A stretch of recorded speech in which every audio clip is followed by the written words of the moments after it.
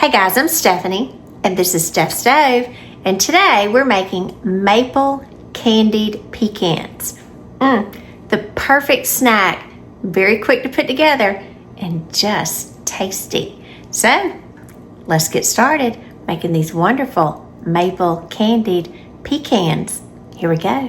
Alrighty, to get started, I've got a heavy stock pot here, and we're going to put all of our ingredients in first. So, first we're going to start with pecans, and I'm going to start with pecan halves. And mine happen to be from South Georgia Pecan, which is right here in Valdosta, Georgia, my hometown. So these are local. So 1, 2,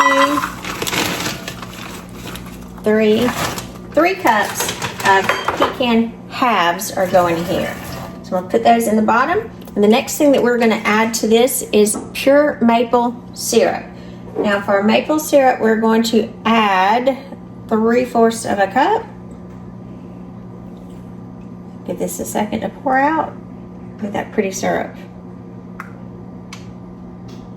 And make sure you're using pure maple syrup, not pancake syrup. In here, there is a difference. All right, I use almost all of it. 3/4 of a cup of pure maple syrup. Get all that syrup out. So you can think how good, sticky goodness this is going to be. Leave that to the side. I'm going to kind of coat the pecans around quickly because I want to be sure that they have all of the maple. And I have not turned the stove on yet. I'm just really coating them to cover them. Now the next thing that we're going to add, I'm going to add some salt to this. This is going to be 1/2 teaspoon of salt. And I'm going to measure this over my cup here. 1/2 teaspoon. My little cute little grinder that I got. I'll show you the rest of it. All right, that is 1/2 teaspoon of salt. And again, we've got to cut that sweetness. So even though it sounds like a lot, it's really not. Let me show you my little salt and pepper shakers. Isn't this cute? I got this from a dear friend for Christmas, and I absolutely love it. I'll put it right there front and center. The next thing, we're going to add some vanilla extract.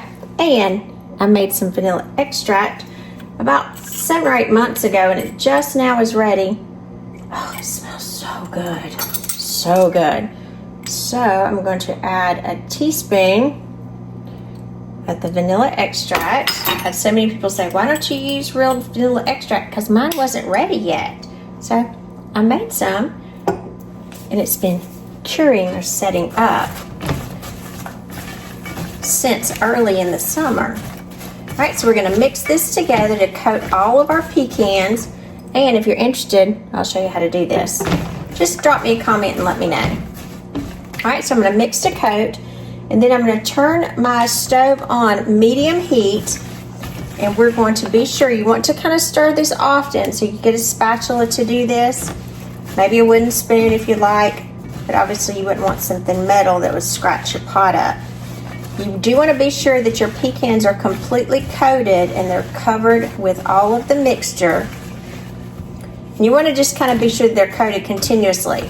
Now we're going to bring this up to a simmery, bubbling, almost a boil, and we're going to cook this for quite a while until our maple syrup pretty much evaporates. So I'm going to keep stirring, and we'll be back in a few minutes because this process will take about 10, maybe 15 minutes to get going. So I'll see you back in about 10 minutes.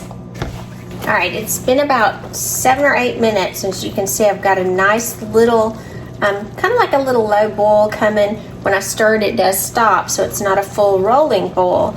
And you want to continue to stir at this point because we need to evaporate most, if not all, of the maple syrup and all of the liquid. So continue stirring and make sure you're going from the bottom after every few passes. And continue, and we're going to keep doing this until our liquid evaporates, and it's going to continue coating all of our pecans. Now we need to, again, kind of trail the bottom to be sure that we don't have anything sticking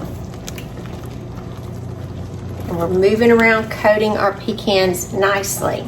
Now to the side over here while this is waiting, I do have my cookie sheet that's lined with a piece of parchment paper.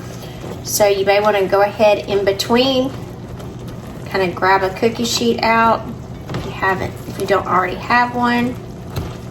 Kind of have that waiting because we'll need to dump this out in a few minutes. So I'm going to continue working this around until I'm reducing most of my liquid. As you can see, it's getting thicker at this point. So you continue stirring, candying those pecans, and we'll be right back. All right, as you can see, it's been about 4.5 minutes and almost all of my liquid has come out of the maple syrup. So you can see as I trail it, there's nothing left. I'm coating them all nicely. Oh, the heated smell, that candy. This is exactly what we want. All right, so I'm just lifting it off the heat just a tad, turn my heat off, and I'm gonna move over to the side and we get ready to turn these out. All right, I've got my cookie sheet lined with parchment here. I'll get these out and we are going to dump these out onto the parchment paper. Get those out here. And you do need a heavy pot for this. Like I said, I like doing my little Dutch oven with this because you do need a good, strong, heavy pot. Now we're going to move these. And you do want these kind of in an even layer. You don't want these sticking together. So just kind of move your pecans around. So they'll be in an even layer. Look at that shine over. I hope you can see that and it's coming across really well. Just pretty. The reason we're putting them on the parchment paper at this point is we want the maple that's candied around them to dry. We don't want these at a wet mess. We don't want them sticking together. That's why I'm trying to do my very best to go through and separate them so they will dry nicely. And it will not take very long that these will dry down and that wonderful maple coating will be just enveloped all over the pecans. Oh, so good. So good, so good, so good, so good. All right. Now, we just need to let these sit. These do need to sit, and you can go ahead and put your timer on if you'd like, about 20 minutes to be sure they are completely dry. Again, we do need them in a single layer, so I'm gonna set my timer on for 20 minutes and we'll come back and check them. Alrighty, it's been 20 minutes and our pecans have just dried beautifully. Look at those. Now it's very important to have them in a single layer because you don't want them sticky. If they're sticking together, they won't dry really nicely. But I would say probably about the 10 or 15 minute mark, they are nice and dry. Look at that one. Look at that. They're pretty shine on there. That maple flavor. Mmm. Mmm. Mmm. Mmm. Coated beautifully. Mmm. That maple sweetness on there. Not too much, but just the right amount. Mmm.